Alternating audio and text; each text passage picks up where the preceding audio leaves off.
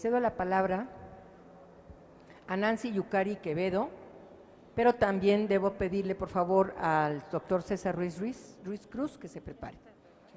Nancy Yukari Quevedo Nevares, ¿sí? Es directora de Ministro Mujer de Propósito, así como directora de la Asociación Civil Liderazgo Emergente, es mexicana, esposa y madre, y es miembro del Movimiento de Mujeres de Iniciativa a Favor de la Vida y la Familia. Adelante, Nancy, por favor. Muchas gracias a todos por estar aquí. Celebro la libertad, la manera de poder exponer cada uno de nosotros las posturas y poder sumarnos a esta agenda legislativa, como decía hace un momento, a favor de las niñas y las mujeres de nuestro país. Pensando no solamente en las circunstancias en las que estamos enfrentando como país ahorita, que indudablemente nos afecta a todos, sino también pensando en un futuro que puede ser prometedor para nuestra nación. Me tomo el tiempo para dar lectura a mi propuesta. Yo voy a hablar sobre el derecho de las madres y los padres a participar en la educación sexual de sus hijos con el fin de fortalecer su identidad de manera sana y responsable, y creo que quizás algo de mi tema va a incomodar quizás a alguna de las personas, pero creo que ese es el derecho a la libertad de exponer distintos tipos de pensamiento que tienen el mismo valor. En México ha existido un sinnúmero de discursos bajo la bandera de la partición ciudadana, pero en realidad se ha tratado con un doble discurso.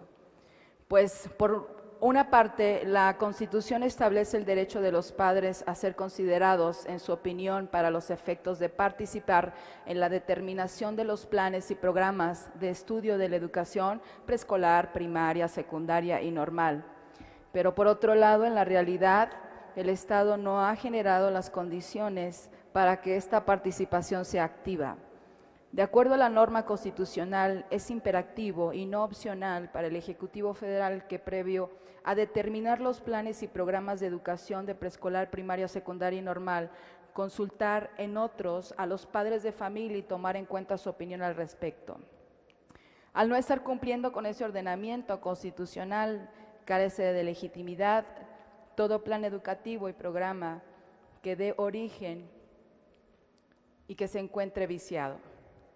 Es indiscutible que la educación elemental o básica de nuestro país requiere de fortalecimiento para lograr el avance social, político, científico y económico que lleve a nuestra nación a salir del rezago, en que se encuentra. Como indiscutible es que la sociedad avanza. Cuando las familias son fortalecidas como la institución más antigua, aún anterior a la fundación del Estado mismo. Por ello, que para lograr el avance del Estado debemos fortalecer primero la base estructural sobre la cual descansa el Estado, que es la familia original.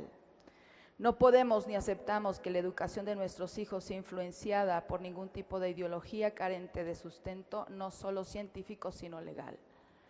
Es por esto que solicitamos que cada vez que se encuentre,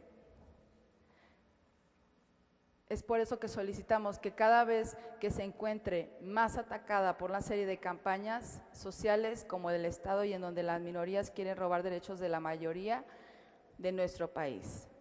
Necesitamos recordar que la familia es original, que es un elemento natural y fundamental de la sociedad a la cual el Estado debe respetar y proteger en el sentido más amplio de la palabra, y fortalecer así la sociedad como lo establece el Pacto Internacional de los Derechos Civiles y Políticos. Cualquier otra forma que el Estado pretenda avalar ajeno a este principio es violentar el derecho humano de la sociedad.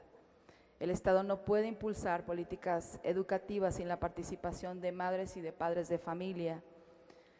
No se puede restar la intervención a los padres en el compromiso de educar a sus hijos, pues es un derecho y debe educar y amparar a nuestros hijos menores de edad. Es decir, la educación no solo es un deber de los padres, es un derecho también de los hijos. En este sentido, toda iniciativa que controvierta esta norma internacional en cuanto pretenda limitar o incluso buscar normal la forma en que debemos educar a los hijos estaría violentando no solo nuestra Constitución, sino instrumentos internacionales de los cuales México forma parte.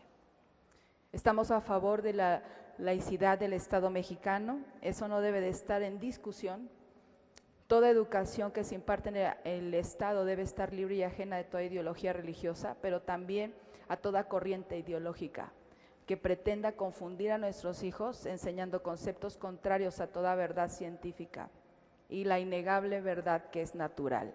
Es por ello que el Estado no puede hablar de laicidad cuando pretende, mediante la educación, establecer una ideología. Vuelvo a repetir, ideología. Esta ideología se opone además a lo establecido por el artículo 3 constitucional, que en su fracción 2 establece que la educación debe basarse en los resultados científicos, luchar contra la ignorancia y libre de fanatismos, es decir, la educación debe estar orientada a los resultados y avances científicos y no ideologías que carecen del respaldo de la ciencia. Esto no debe impedir que los padres, en pleno uso de sus obligaciones y derechos, formen bajo sus principios morales o religiosos, si así lo deciden, a sus hijos, desde el seno familiar y de acuerdo a sus propias convicciones. Pues es un derecho ya consagrado por ordenamientos internacionales de protección de derechos humanos. Es un derecho de todo padre participar en la educación de sus hijos, además de un derecho preferente. Esto es así porque la educación debe de basarse en principios que formen el carácter del niño. Es por ello que debemos ser muy cuidadosos con lo que se les enseña. ¿Y quién mejor que las madres y los padres de familia que bajo un sentido innato desarrollan las habilidades y competencias para transmitir conocimientos y educación?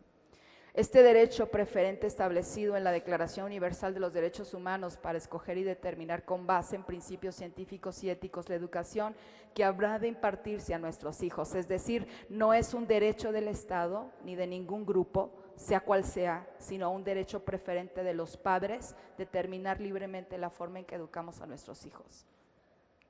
La Convención sobre los Derechos del Niño consagra la institución de la patria potestad, reconoce los derechos y facultades que los padres tienen respecto de los hijos para estar en posibilidad de cumplir con sus responsabilidades y obligaciones. Se reconoce a los padres el derecho de impartir dirección y orientación a los hijos y de guiarlos en todo su proceso evolutivo. El Estado se obliga a respetar ese derecho. No se trata de establecer nuevos criterios en la educación de nuestros hijos, se trata de hacer respetar los principios elementales y principios jurídicos que han sido reconocidos por nuestra Constitución y por los instrumentos internacionales en materia de derechos humanos. No se trata de proteger solo los derechos de la mamá y del papá, se trata de proteger un interés superior, el derecho de los menores. Espero que no se malentienda el presente discurso, pero el ser humano en estado natural está dispuesto a dar vida y dar vida por sus hijos. Como bien dice esa famosa frase, con mis hijos no te metas. Gracias.